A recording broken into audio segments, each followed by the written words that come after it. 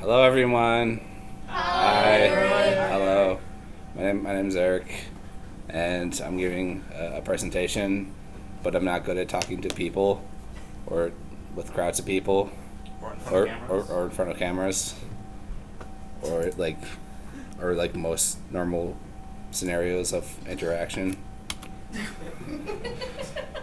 So here's our opening slide. I'm just gonna. What? What's behind the eye? I don't know. I never figured that out. Just as a disclaimer, I am by no means an expert.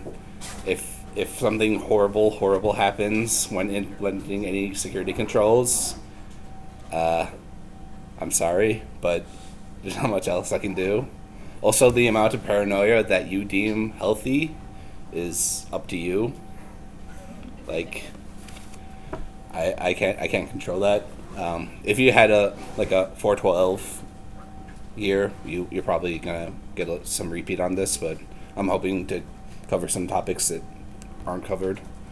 Also, some of these will be more pertinent to someone just administering their own box or their own laptop, and some of them will be for administering a network, like an actual business. So, and as always, there's no such thing as absolute security. Implementing layer upon layer upon layer of security just adds seconds to stop kind of pissing off a determined attacker. And also, implementing security might limit functionality in unexpected ways. Okay, so for physical security, again, it depends on if you're just administering your own Linux box or if you're doing a data center.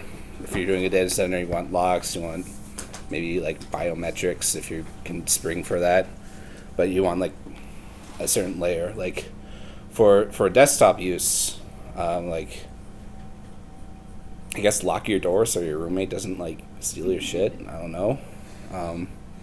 Laptop security, I don't know. That's basically trying to put a lock on your on your laptop, and that they just steal your laptop and buzz that off, and then that's. But what you can do is for bootstrapping, BIOS, you can set up a password. For Grub, you can also set up a password, but if you don't set it up properly, it's clear text, so you have to do an MD5 of your password, and that set that up in the Grub config. So also another cool thing, I was looking at a Hack 5 article from 2 or 3 years ago, and they ripped the Etsy shadow and put it on a flash drive, and for the file that was supposed to be where Etsy shadow is, they created a symlink to a mount for the flash drive, so you couldn't do anything on the box without the link working, and they had to mount it. They had to do something in UDEV, so it would mount the flash drive. So that'd be a neat little kind of hack for physical security. So you couldn't do anything without the shadow file, and the shadow file is on a key somewhere. So access control. How do you guys feel about SC Linux? Ooh.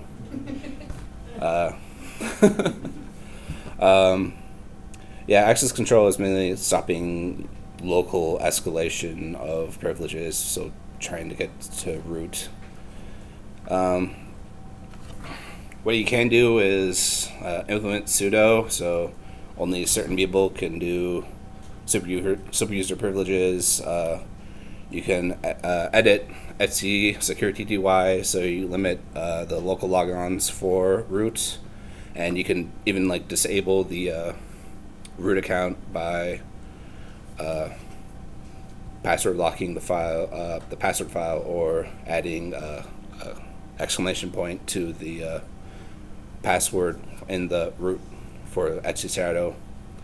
And this isn't I'm betting there's always a way to like see it through it and kind of like pivot your way through processes and all this noise. But this is mainly just to enforce accountability, so you know if someone's trying to do something they're not. Like, I feel like there's always a way to ninja past stuff, but you mainly just want an audit trail of some sort. So you just want to keep you and your local admins in line. So I grabbed this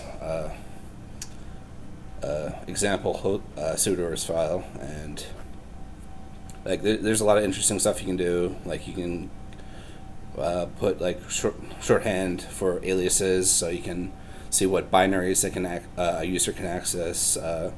You probably never want to give an admin all for everything.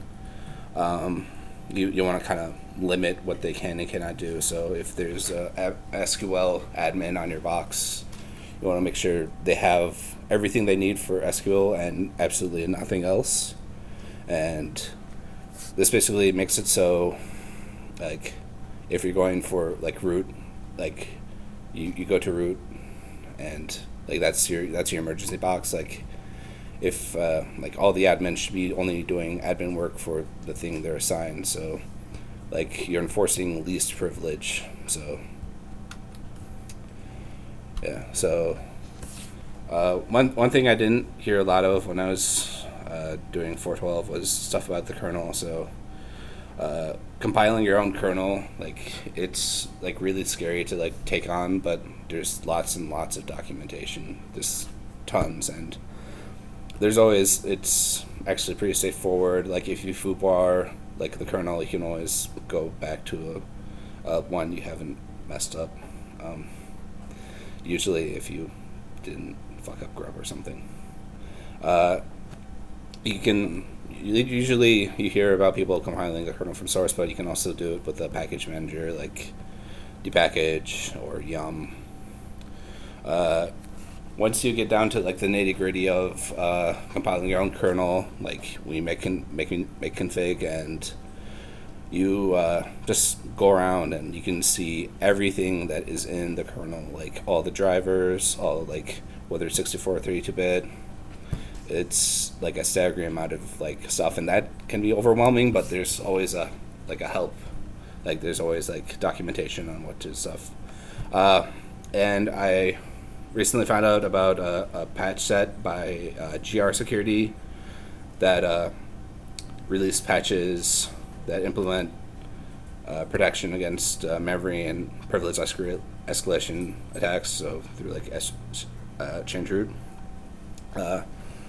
A lot of these are kind of like a lot of the guides for implementing this patch set are kind of old, and recently these guys kind of got screwed over by embedded Linux developers. So they limited the patch sets for stable Linux kernels to people who sponsor them, and all that's available to the public are the test patches. So I tried some of the test patches, and they're fine. There's a lot of documentation is pretty old. Let's see. Can you make the text in there bigger? Oh. Do you know how? No. I just. I do this all the time because I'm blind. Okay. Usually if you go up and more action. So. Maximize? No. No, that'll just make it really big. Usually there's a preferences. Yeah, is it control? Nope. Nope. Control Shift Plus. Nope. Make sure you Control. click in the. Nope. And where the text- Preferences. There we go. Where is it? Does that make it bigger? No. Let's find out. Wait, go back. Oh wait, not colors. I lied. Let's see if we can make it bigger. Just because it's so hard to see What? from where I'm at. Oh, sorry. No. That right-click menu where you selected this from, I think there was something about it in Just right click in here. Oh. I don't know what that is. No. Oh. Okay, hold on. Let me try. I know, I'm horrible. Let me try just a little bit more. Okay.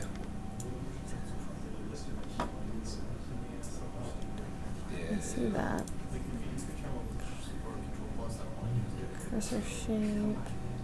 Install terminal. Shut up. Yeah. No, it's All the sizes! Close?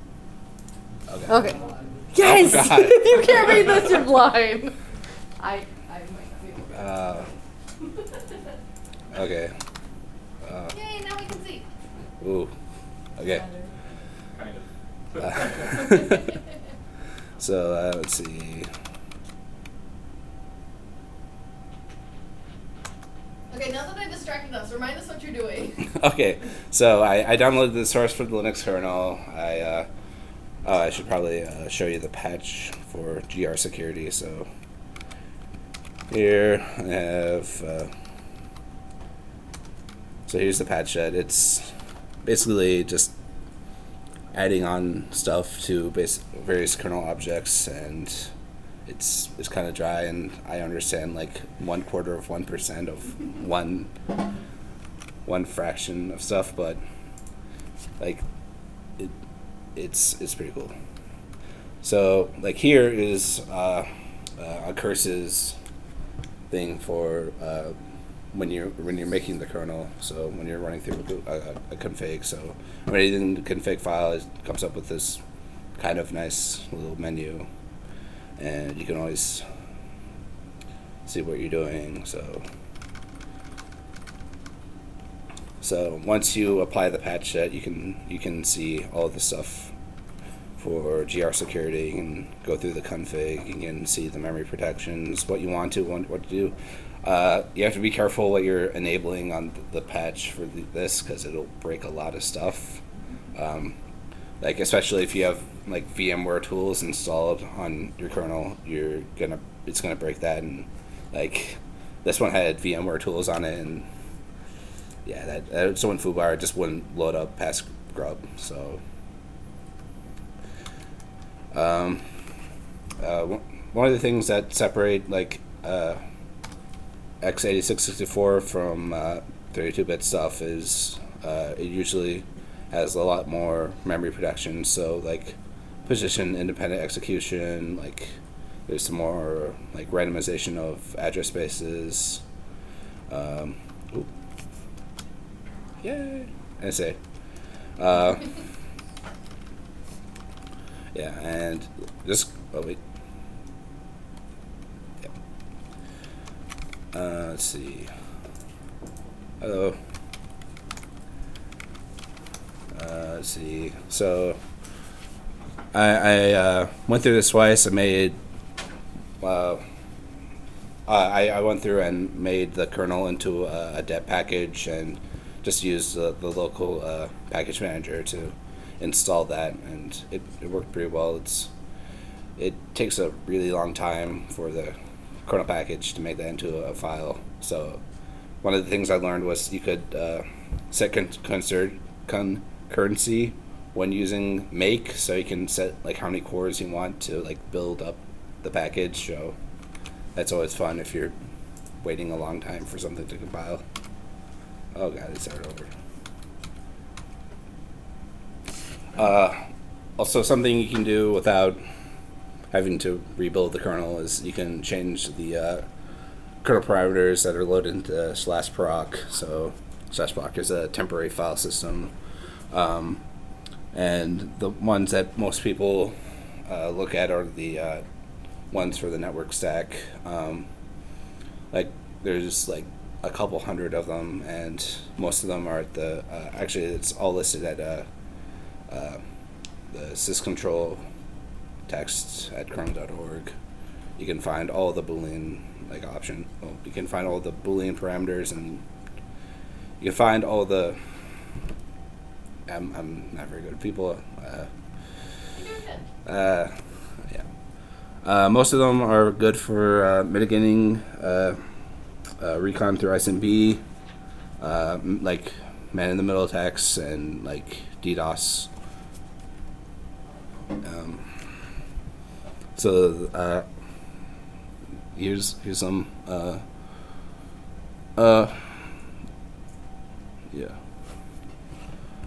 So the TCP SYN cookies one is interesting because that's like a Linux only one, and It's the one that requires a host to send back a send packet after the server sends back another packet.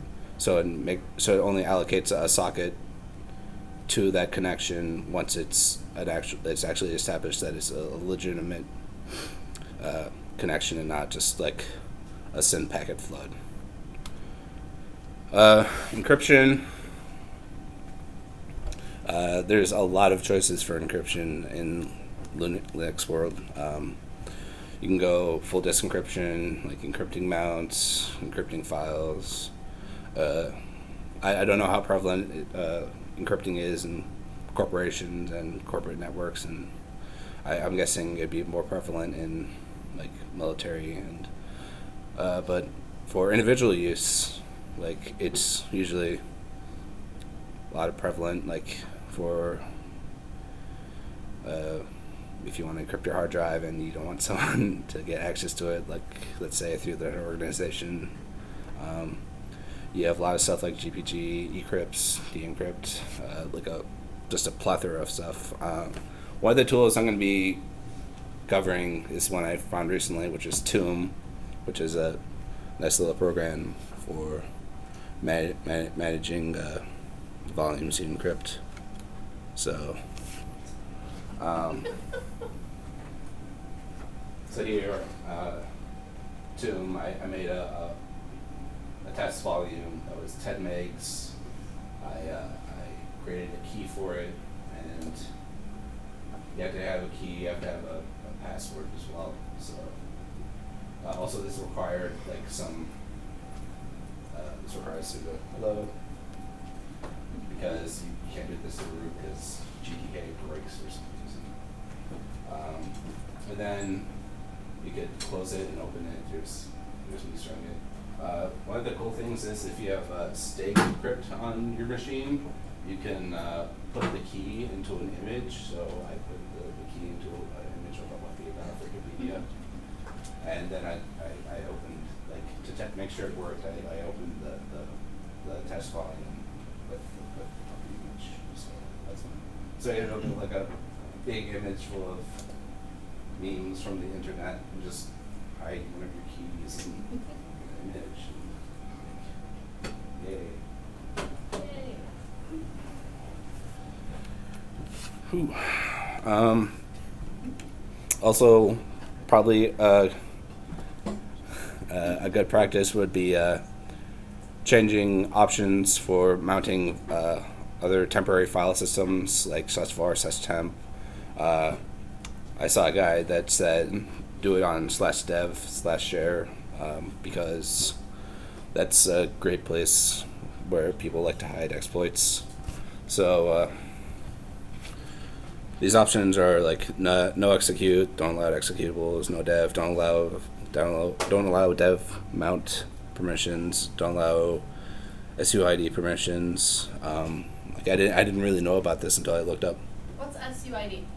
So I think that's not allowing people with sudo or su. So you're not allowing things for root that are not. Wait, no. SUID. Which one? The file permission thing of set UID on a file so it'll run as a different user. Yeah. Disables that. Yeah. So I think it's so they can't change permission on stuff. So that makes it great for file systems that you really don't care about, like /root. You're not going to want to run any of these on /root when you're mounting it, but yeah, for temp file systems, probably. There's just an image of file systems. So package management. Like if you're like running like a package management over like immediately once you have a box up like on the network, like that's kind of risky. Like maybe you want to have your own mirror, like your own server just dedicated to grabbing packages and distributing it to the network. So for something like Debian, your machines that wouldn't they won't upgrade over the network, you'd set the sources list to be like whatever server you have managing your packages, and usually deploying programs and utilities with the package management system, like it makes things easier.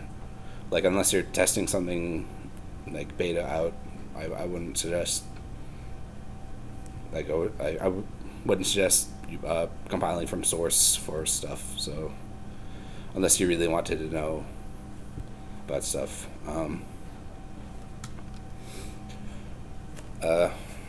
So network controls. IP tables. I'm sure a lot of you are familiar with IP tables. It's a firewall program that controls packets based on rules you set up for it. It has some good granularity, and it's made by a NetFilter team. So they made IP chains, and then they made IP filter, and now they have a new one called NF tables, where you can control like IPv4, IPv6, ARP, Ethernet, all the filter programs through one rule set. So for most people, just touch on IPv4 and then they'll just have IPv6 drop. There's an example of the state machine so it goes through the rules. These are just some test rule. This is how the syntax of IP tables is. You'll see input, output, forward. I don't see a lot of people use mangle or raw. Mangle is if you want to change like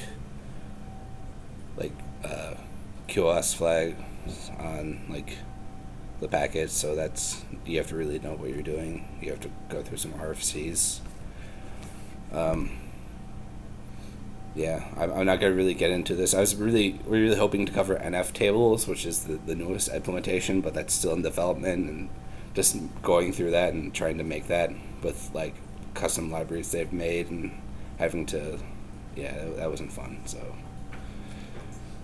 TCP wrapper, host and deny, host allow. I'm guessing a lot of you know that. I saw a Fedora document where they had like the default be denial. Also, you have to remember that the TCP wrapper, you have to compile the executable, so or the binary. I mean, you have to compile the binary with TCP wrapper support and like PAM support if you're using PAM modules. So they'll first go through the TCP wrapper rules, and if their package, if the binary isn't defined there, it'll be like deny. So like it kind of follows the same rules as IP tables. If like very restrictive, you have a restrictive policy, so anything that's not defined is prohibited. So DNS crypt. I was having some trouble with this. I could not get this working. Basically, it's also like a wrapper library for sending encrypted DNS requests to a server that supports DNS crypt. I was kind of surprised to use ECC. What is ECC? EEC is elliptical curve Oh, okay. encryption. It's pretty fancy. I mean, I think I saw an article about the NSA complaining that EEC is like outdated, even though not many people implement it, and it's still kind of new. It's like 20 years old or something, so it's still pretty new in terms of encryption. DNSSEC, it kind of works like a certificate authority for DNS, kind of. It's like if you're gonna have a secure like domain service, like you're like signing zone, like everything's signed, like a certificate authority signs a TLS cert for a site or something. So I didn't get much into that. Fail to ban. I think a few people here have used fail to ban. It monitors logs for IPs of people who are bashing against your door and adds them to the firewall rules. So, and I also saw a lot of people suggest that you disable IPv6. That's really up to you. If you're not IPv6 ready, I say go for it. Don't allow any like IPv6 side channels on your stuff. SSH, there was just a ton of guides for SSH, but SSH is really covered in 412 a lot, so I just have a few suggestions up here. SSH guard is another thing that's kind of like fail to ban. It monitors your logs for SSH, and yeah, it's really like fail to ban for SSH. Make sure to generate keys, avoid passwords where possible for SSH. Don't have it on the same port as the default 22. You may want to change that around. Two-factor auth. Like I saw a lot of guides for Google authentication, and maybe you may also be interested in Duo. I'm pretty sure like their stuff's up to snuff, but be sure to change the config file for SSH and SSHD, which is the daemon that runs in the background looking for SSH connections. You always want to be sure you're using protocol 2. I don't know how you feel about X11 forwarding. I generally don't use X11 forwarding. Print root logon, no, we don't want to allow remote root connections. We want to always have a authenticated user log onto your machine. Allow users, whatever your user is, whatever user you want to log on to the SSH box, and password authentication, no, so you'd have to have a key. Monitoring logging. You definitely don't want your logs to stay on the box, just like staying there. You want to like, they're either going to get like rotated out by log rotate, or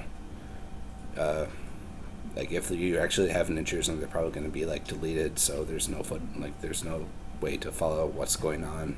So you want to like back that up on something, on a remote host somewhere. I don't know. Antivirus.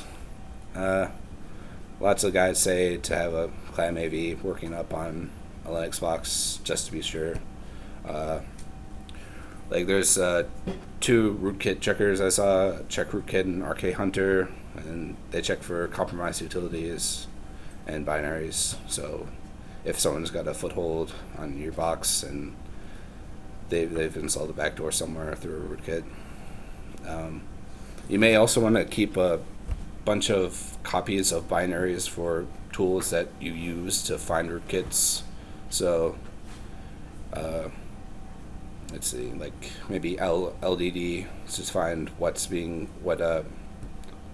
dependencies you need for a binary of something. So a lot of the one of the things that people who like a rootkit will have, like it'll swap out binaries of tools you use to detect the rootkit, so it makes it harder to detect. AID, it sets profiles for file integrity checking, and basically it checks it to the last scan to see if something has changed in that directory. Like you probably don't want it to check a log directory that's constantly changing, so that's really up to you what you want scanning. So Linux is a more modern tool compared to AID and Tiger. It's just a bash script that checks the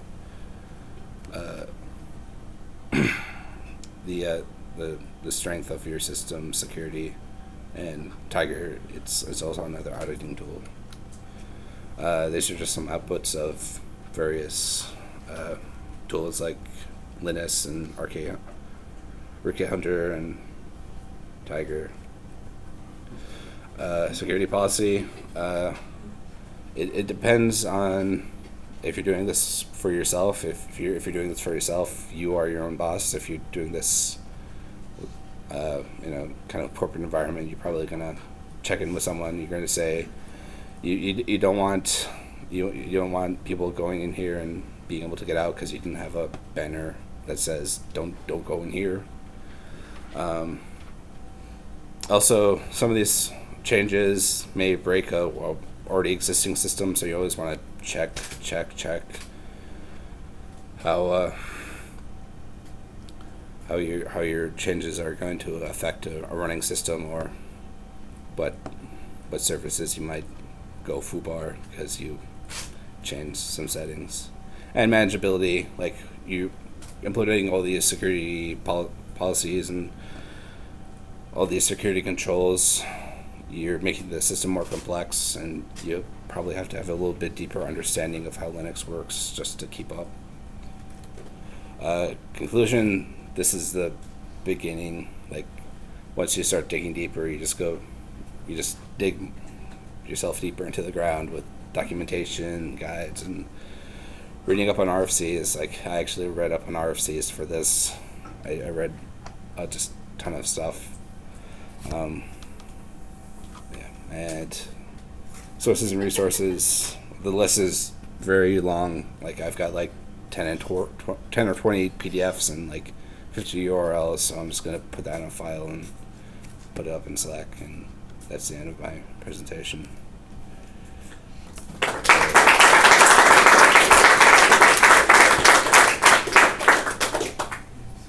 Hello, yes. If you had to do only one thing in your entire presentation, what would you say would be really high on your priority list? Like for me, or for showing people about security stuff? For you personally. I'd probably going through the kernel some more, because that's still like a big mystery to me.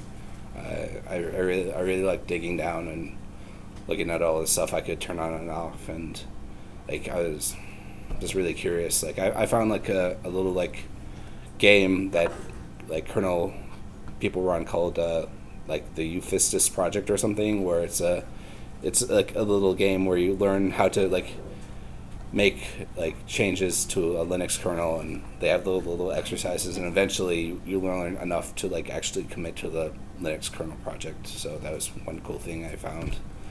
Is that going to be on your sources list? Yeah. Okay. I found a bunch of miscellaneous stuff that didn't have anything to do with security, but it was really cool. Yeah. Also, I had some other stuff that I was going to mention, but I just I can't, because I'm really bad at talking to people. Yes. Yeah. So the encrypted DNS, I thought Yes. that was kind of interesting. Yes. Most DNS queries are just clear text, I guess.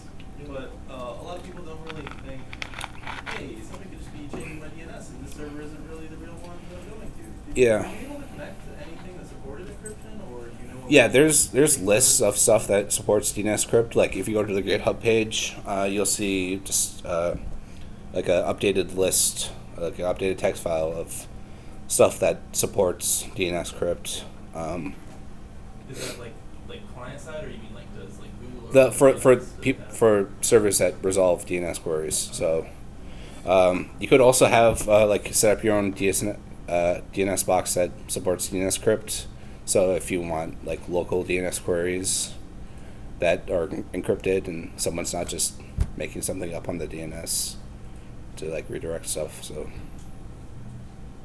yes. Will you be uploading the slides with the sources? Yes. There's also going to be a video, and we'll get that as soon as we can out to everybody. I'll throw another question now. Sure. That looked really cool. What? Tomb, the encryption. Yeah. I didn't really understand how you made the key into a picture. So there's a tool called StayCrypt, which is a steganography tool, which is hiding information inside an image or a file or some side. It's mainly used for images. So stay crypt. It takes the key and embeds it into the image. So if you're like decrypting something, you just give it like the file path to the picture, and it Yeah. uses my key. yeah. Huh. That is really cool. Yeah. So sorry, I was hoping for that to be a little bit longer, but I'm not very good at talking, and like a bunch of stuff that I had in my head just kind of flew out. I was going to talk about reproducible builds, but that's a little too high topic for me to like put it out of my head, like not retardedly. So I guess that's it. Any other questions? Another round of applause. So I'm going to use Eric's talk as an opportunity to kind of start the discussion on security. So we all have a computer. That's part of the reason why we're here and we're able to do homework. So that's always super cool. What are some other ways that you guys use to secure your box, whether it's Linux or it's Windows? Like, do you guys have any programs that you love that you use? I know you guys use some. I really like Eric, right? I like Duo for SSH. They've got a pretty easy tutorial to follow. They give you tarball, install from source. Documentation tells you step by step, enable this, turn this on, turn this off. And I think it's free for up to like 5 accounts Yeah. for your users. It's really easy to do, and it basically guarantees that nobody's logging into your account without you at least knowing about it. It's always going to trigger that response. So how many people have two-factor set up? So good, we got half the room. Anybody opposed to setting it up? Anybody have any reasons why you wouldn't want to set up two-factor? No? Well, so there are some cases where you can't, like the client you might be using doesn't support it. Right. You'll run into stuff where like Google got around that by like, here's a very client-specific key, just use this, and it only works for that one client, and otherwise it doesn't work. But Yeah.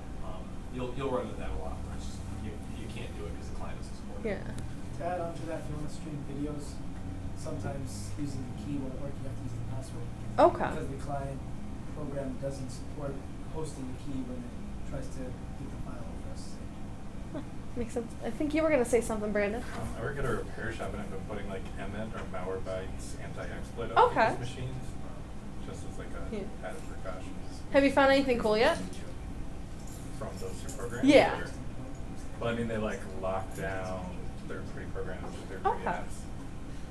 So Yeah. it's pretty nice for people who don't know what they're doing. Awesome. Anybody else? Yeah, like if, like, I know for me, like my main Gmail account is like my life, like so many things are tied to that. And it's so ridiculously simple to download. They have an app called Google Authenticator or Duo Security, you can do that too, but it's so ridiculously simple to set up multi-factor auth with that, and it just gives you peace of mind, because they literally can't log in from anywhere else except your computer unless they have your tokens.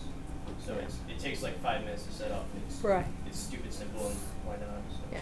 Actually, for my gig now, they required me to set up two-factor on all my accounts through them, just to ensure that no one else can get on it and that you have it.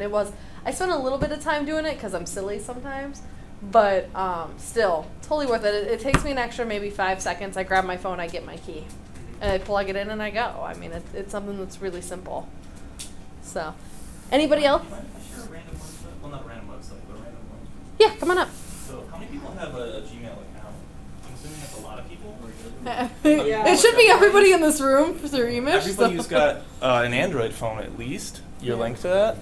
And I just found, if I can remember the link, I think it's like account.google.com or something. Accounts.google.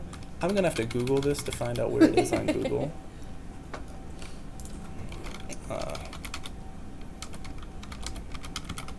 It's like you can log into your, is it really my account? Yeah, so this is actually a really cool link. myaccount.google.com.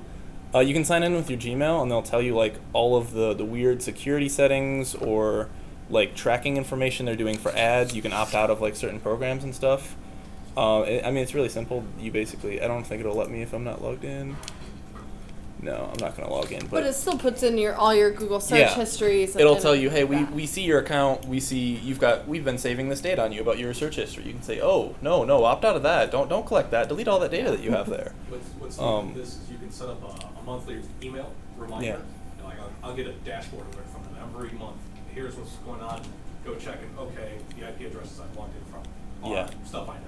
There's a lot of cool stuff. There's a lot more things if you also have an Android phone, like the Find My iPhone, whatever is that called. There's basically the same thing in that. You can log in through this. You can have your phone, like if you lose your phone somewhere and the ringer's down, oh no, it's in the couch. You can remotely ring your phone. You can remotely do like wipes and stuff. You can access all that through here, and you can set up Google Authenticator for your Gmail. I would really recommend that because, like Nick said, so many things are tied to that. You've got like password resets for all of your other accounts go through your email. So email is something you really need to secure. Yeah. So I like this website. Absolutely. Links, subdomain, whatever you want to call Right. it. The thing on the Google. Yeah, Google's like- Yeah. Cool. Something else that I found huge is a password manager. Yes. I don't know if anyone uses those or not, but it's really nice to be able to just set 50-character random digit password. You're never going to guess it. You don't even know what it is. It's on that account. No one's going to get into it. And every time you need to go use it, you go to your password manager, and there it is.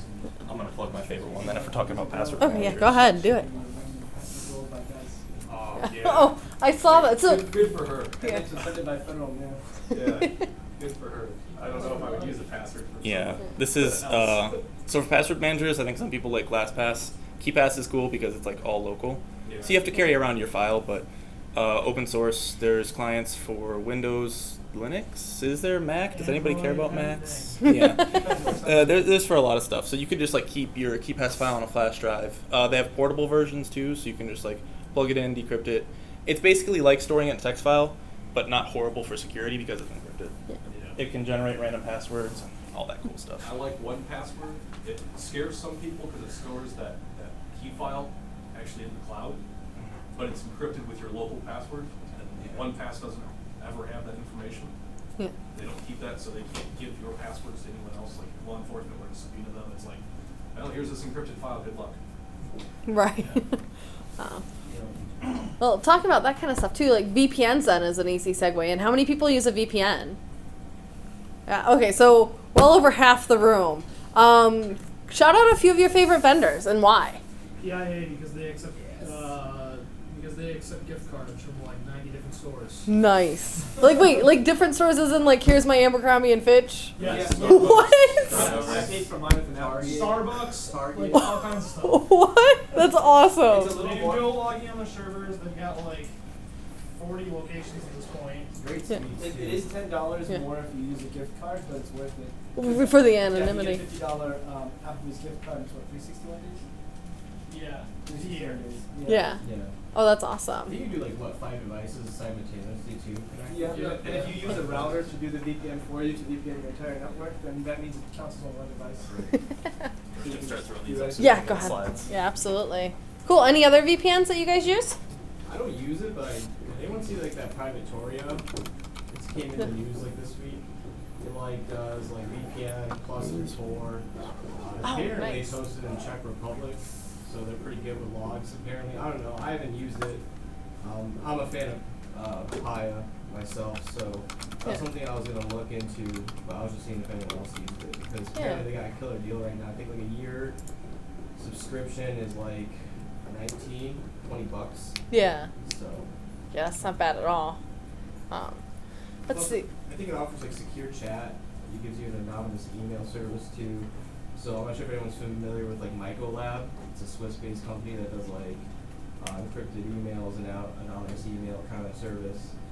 They kind of like put this all in a package, so you can do like video conferences. So say if like I have the service, you have the service, we could use their encrypted video service to chat, stuff like that.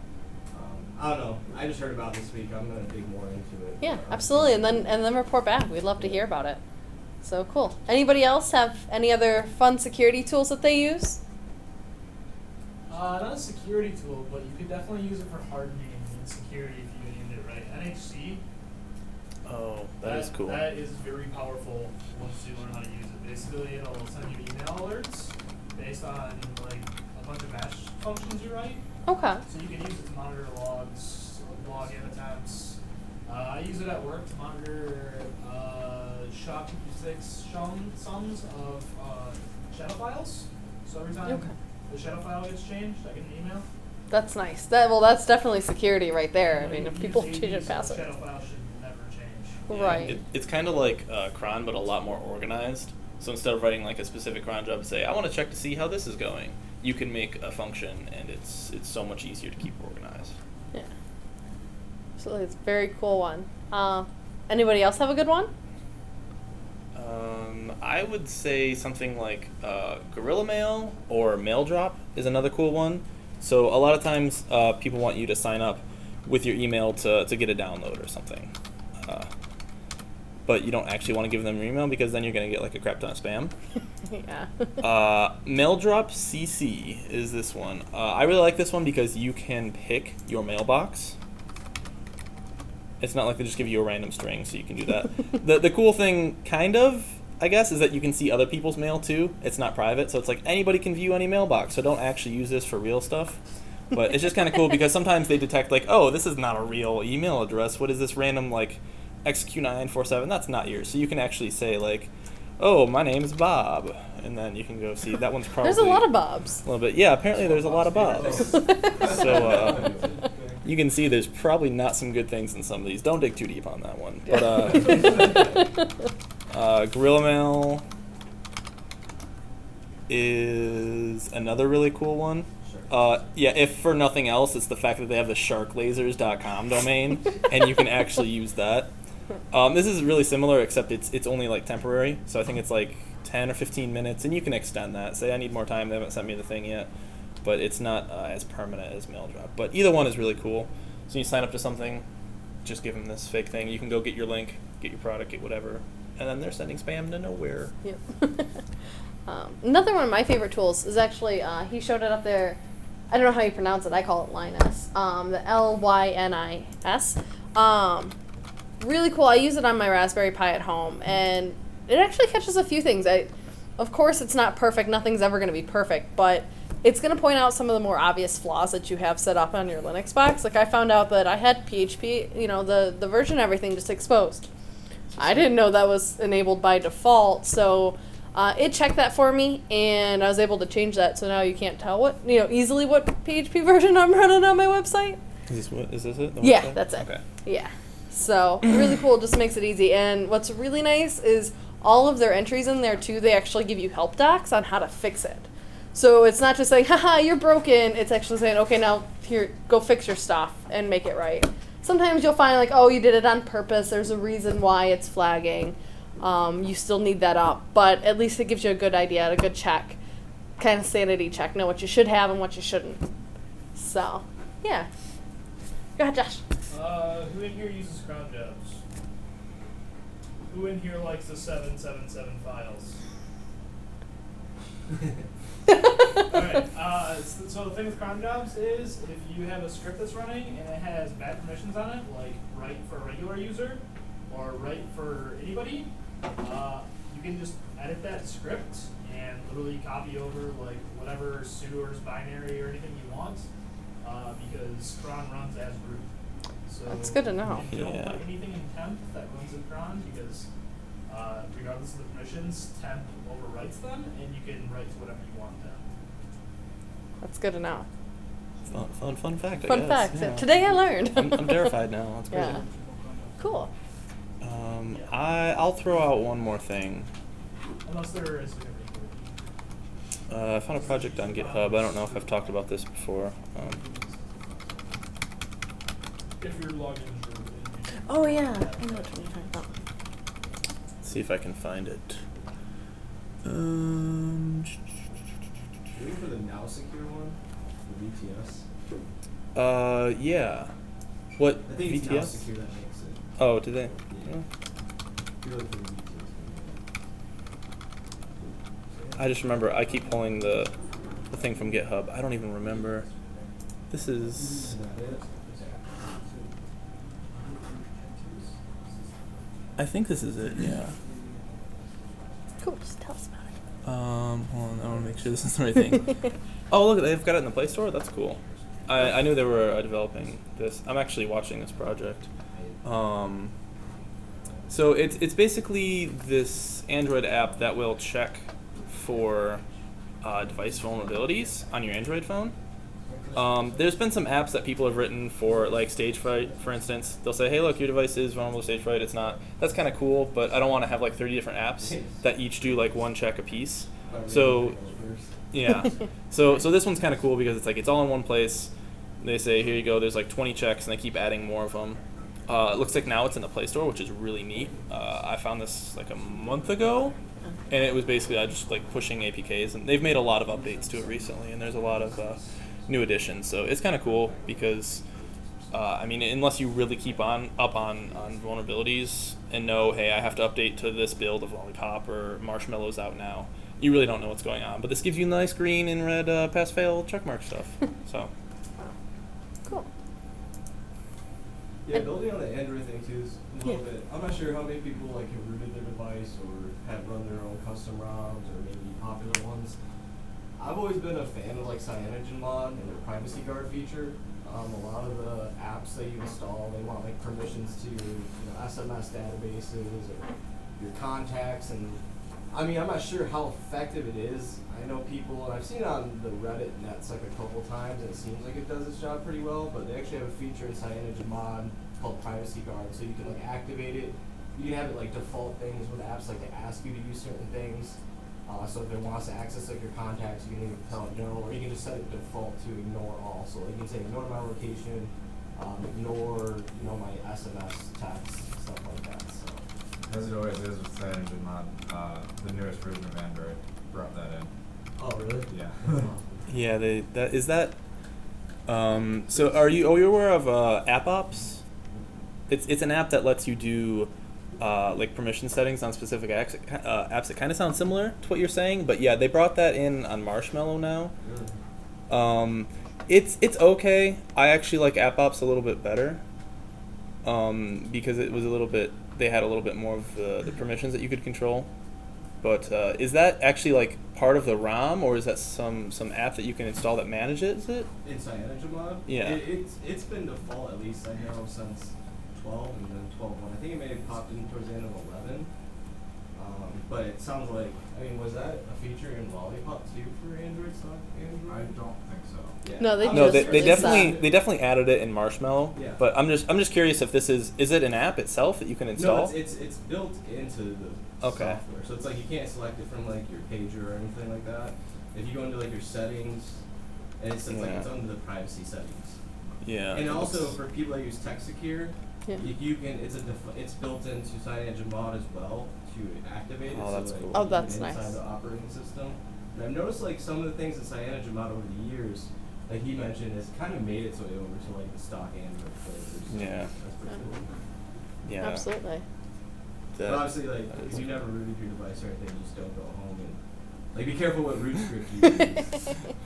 Just don't, trust anybody's root script. Yeah. Yeah, we had a fellow student. She got a rootkit from China that kept like popping random Chinese onto her phone, and she had TextSecure on it. So if anybody doesn't know, TextSecure is encrypted text messaging. And her keys kept randomly changing because something was changing them. She ended up just having to get a new phone. So, yeah, be careful where you get your rootkits from because China likes to stick things in them. So. Usually you go to like XDA developers forum and like kind of pay attention to like the posts in there, the reputation of the author, that kind of stuff. Usually you'll be okay. Yeah. If you have a Nexus phone, Nexus root toolkit, best damn thing on the face of the planet. Cool. Any other fun tools, phone-wise, Linux-wise? You can throw out Windows too if anyone's still using that. Cool. All right, well then I think I'll wrap up that conversation. I do want to throw up here, Kent made us something really pretty. And so we have a logo! And we're going to get stickers eventually. So be really excited about that. If anybody else has any ideas for logos, you're welcome to submit them to me and see if you want anything. Otherwise, I'm totally going to go with this because it's awesome. Yeah. Oh, go ahead. What if you put the IASA inside the white card? That would be cool. That would keep it self-contained. So also, Kent, stand up. God. Let's give you recognition and let's clap. He's also been the one who's done all of our flyers. So huge thank you for that because I really appreciate it because I have absolutely no creativity whatsoever. So I really appreciate that you've stepped up and done that for us. So thank you. Cool. I think we just about covered everything. Other than that, does anybody have any other kind of like hardening tips and tricks that they have? Anything cool that they've learned recently? Anything they saw in the news that they really liked? I don't. Proxy chains is kind of cool. Do I? Proxy chains is kind of cool. Yeah. Tell us what proxy chains are. You can basically key proxies together. So like, I want to go through this place, then I want to go through this place, then I want to go through this place, and it just does all that for you. You can also hook in Tor somewhere in the middle. Okay. So, and then you can throw a VPN on top of that.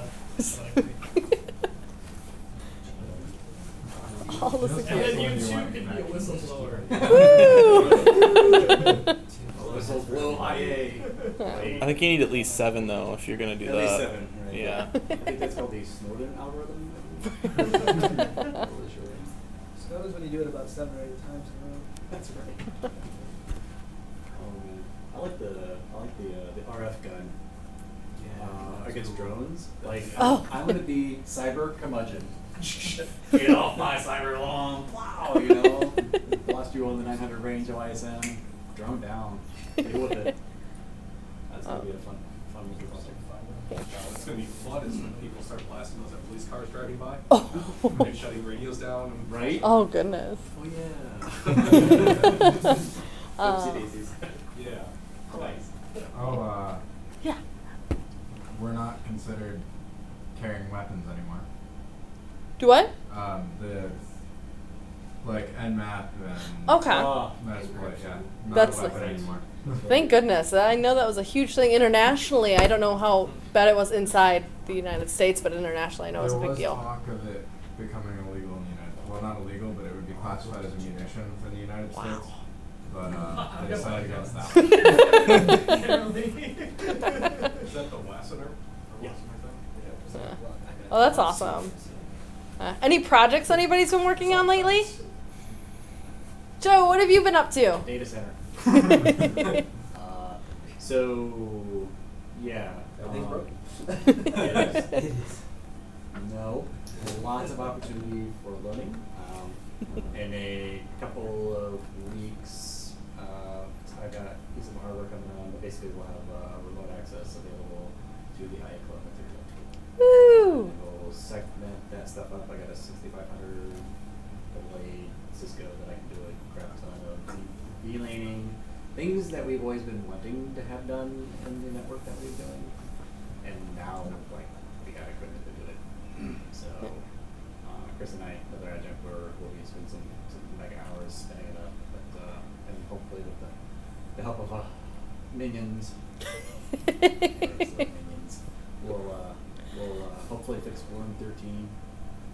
Got that switch. Fun. And then we'll VLAN things, and that way we'll have like a research VLAN space. So if you want public stuff and you want to see the malware, hang on. We'll probably put a QoS at 10 megs so our ISP doesn't like flip out like they did this summer, hypothetically. Because they don't like 40 gigs going out. That was our threshold. So you can set it to 39. We're gonna start at 10. We're gonna start with 10. Right? We're gonna hard code that one pretty hard, but it'll be kind of a good thing. Eric, have you built kernel yet from scratch, or are you gonna still work on that to do it? I built it. You already did? Yeah. It's. So how awesome was it? The Linux from scratch stuff. Okay. I meant like a kernel, like making your own kernel. No, not Gentoo. Oh, no, you have to do Okay. Gentoo next. Who wants to do Gen 2? You have the kernel. Twitch builds Arch Linux. So Oh god. Let's. Yes. Yeah. Starting tomorrow. Is it Twitch builds because you get twitchy after trying it? Twitch No. installs. Did you learn a lot about yourself when you did it? So one-liners in there? How long the comment is? That's your one-liner into the command? Twitch installs. But Arch isn't really that hard. It's really, if they have like a little baby guy. It's like a page long. Okay, so does everybody know what Twitch is? No. I have no Twitch idea. is a video game streaming site. Yeah. So like somebody who plays, not necessarily professional, but there are professional video game players out there. You can watch them play. They've kind of recently opened it up to be more than just video games. Maybe you've heard of Twitch Plays Pokemon. That was where somebody hooked up basically a ROM from one of the old like Game Boy Pokemon games, and then let people use the chat function to control where the person would go.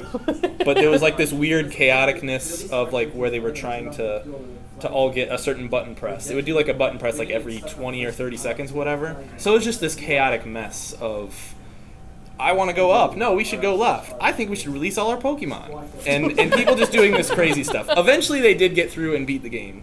And I guess this is going to be similar.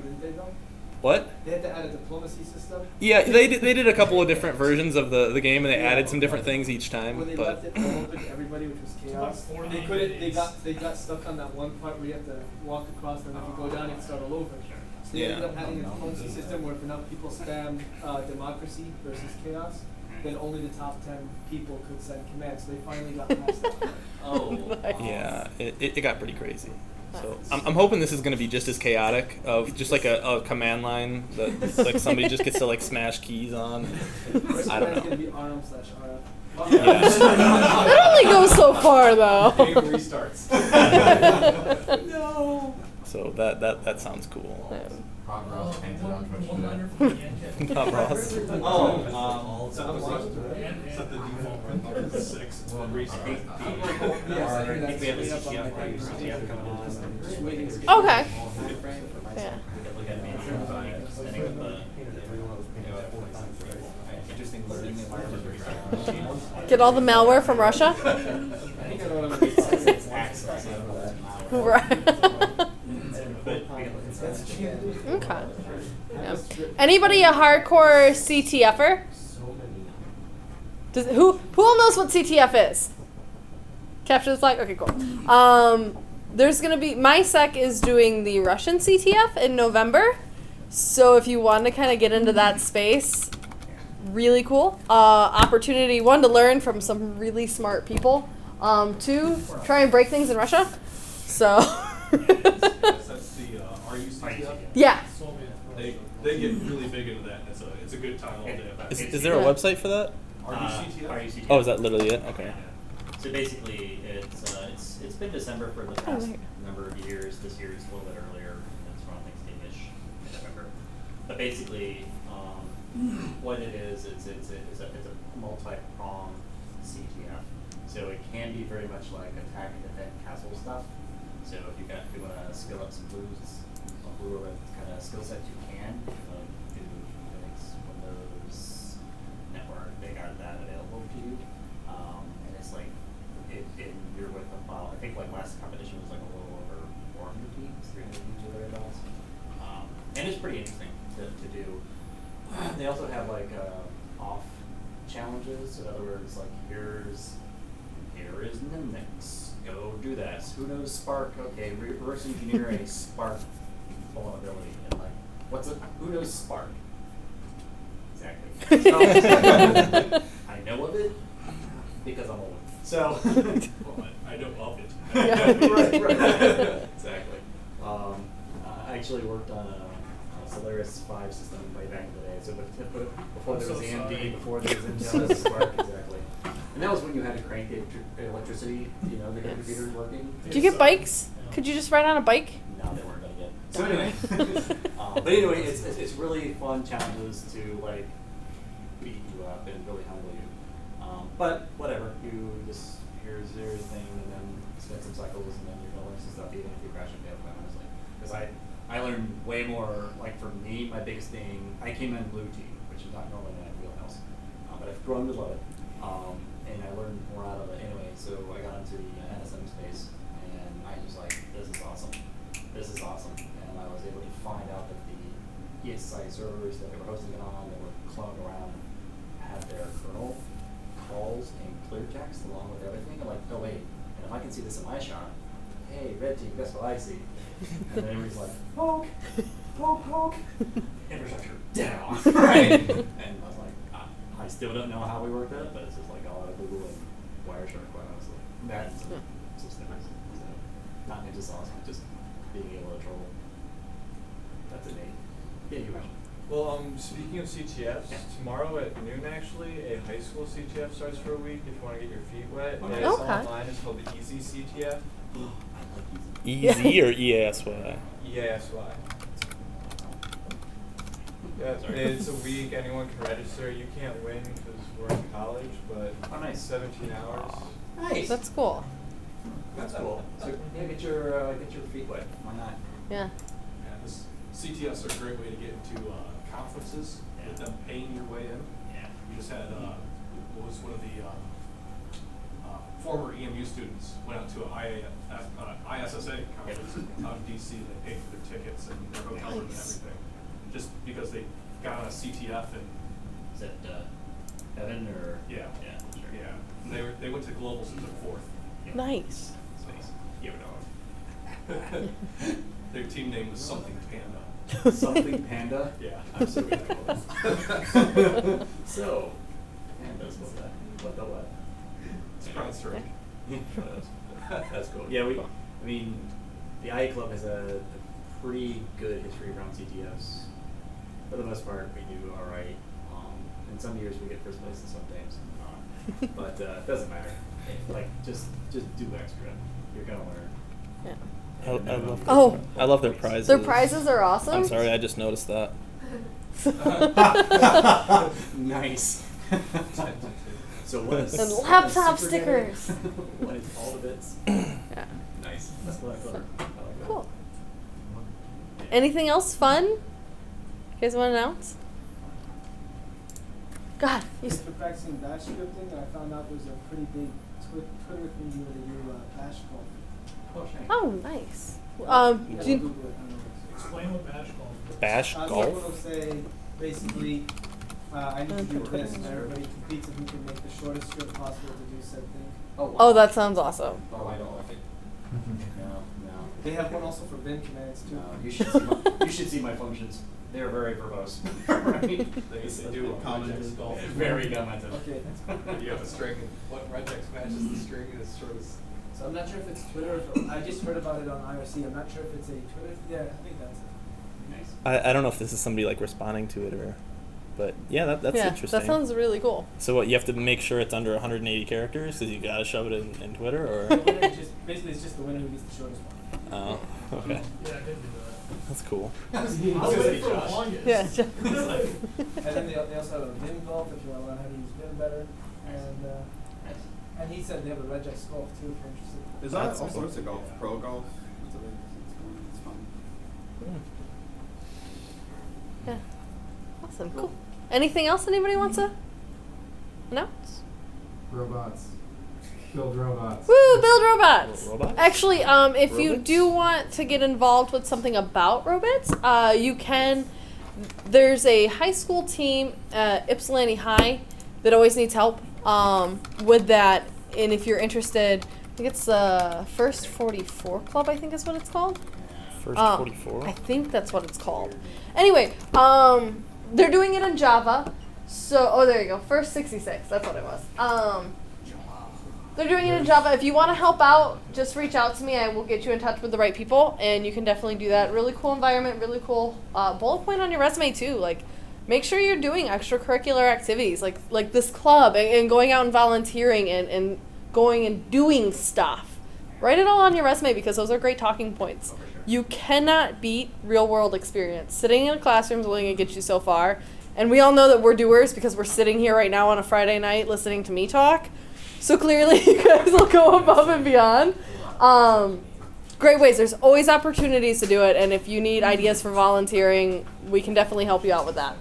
So, or if you want to do a project, reach out to the club, different club members. We're all interested in doing stuff. So let's do it. I'm interested in talking to people who like to mess around with like Arduino. Yeah. Related things. Yeah, you've done quite a bit with Arduino. I know the keylogger script that you had Yeah. on that. That was really cool. Barbot is next. What is? Bar robot. What's that? Not entirely classroom appropriate. Okay, fair enough.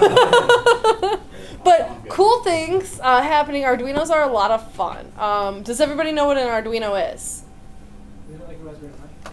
It's similar, yeah. So it's just, you know what, Gavin, you go ahead and explain. It is not it's a microcontroller, so it can do some of the same things as a Raspberry Pi, but no chance of getting an operating system on it. It'll just run, Arduino runs essentially very similar language to C, C++,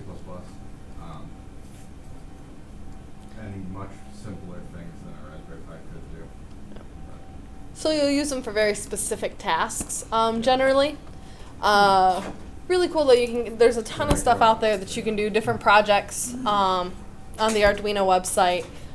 Very cheap too. I mean, you can pick them up for 10, 20 bucks. Yeah, less than 20 bucks. Yeah. So, very cool things. They even have like ones that you can put on, the wearables are really cool because you can make them do fun stuff and put them anywhere. Aren't those like designed to be sewn into clothes? Yeah. Yeah, that's really neat. Circle City will have a wearables workshop. We'll be Yeah. We'll be using those to put together lighting clothing and all this Yeah. sort of stuff. So, yeah, so very, very cool space to be in. I mean, if you're wanting to think about pen testing, like this is on a very granular level. Like you're getting down to hardware to get into things, versus just software. So it's a really cool space to get into. Anybody else working on anything fun? Anything anybody wants to share? Well, I don't know if I'm gonna. I was thinking about doing it. So Yeah. my brother-in-law's mother fell for one of those scammers that say, "Hey, this is Windows. The virus is on your computer. We have to install our tools. Let us remote in, all that stuff." So I got the infected laptop. I'm gonna try to figure out the tools they installed on there, dig through some Yeah. logs, and see if I can get like a CNC. What's a CNC? Command and control server. Okay. So see where it's exporting the data or pulling the data and where it's sending to. And then digging more. I got a phone number from them, but unfortunately they use like the Magic Jack service. So yeah. Nothing came of that because I was just gonna spin up like a Windows VM and be like, "Hi, my computer's broken. I heard you fixed my friend's." Yeah. And like, "Can you fix mine?" But that didn't work. So I don't know. I'm gonna do a little digging on that this next week. She gave me the laptop without the charger, so we'll see. Do it fast. We'll see. The next week with the kind of stuff I can pull from it, and then maybe more about the people behind Yeah. the scams. So. Very cool space. Very nice. Good job. Cool. Anybody else? Before I close it up? All right, cool. So as a reminder, we will be meeting in room 113 next week. So that's upstairs by the doors. So we're going to do that so we can kind of play around. We're going to talk about targeted attacks with Travis Fry from Mandiant. So that'll be a lot of fun. Learn what they do. I mean, everyone's heard of Mandiant. They're the big company, so really cool. What's up? Those questions will be answered next week. Oh, stay tuned. Yeah, you gotta come. So much suspense. We're having a cliffhanger Friday.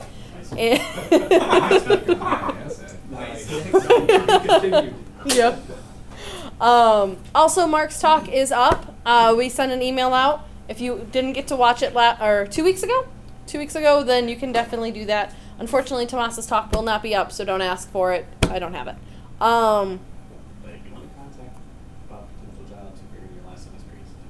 Yeah, we can. He's on. If you want to talk to him, he's on Slack. Absolutely. He loves Kalasa. Who doesn't? Just put that name out there. It's like, Cool. Other than that, I'm gonna close it up. And another round of applause for Eric, because he's awesome.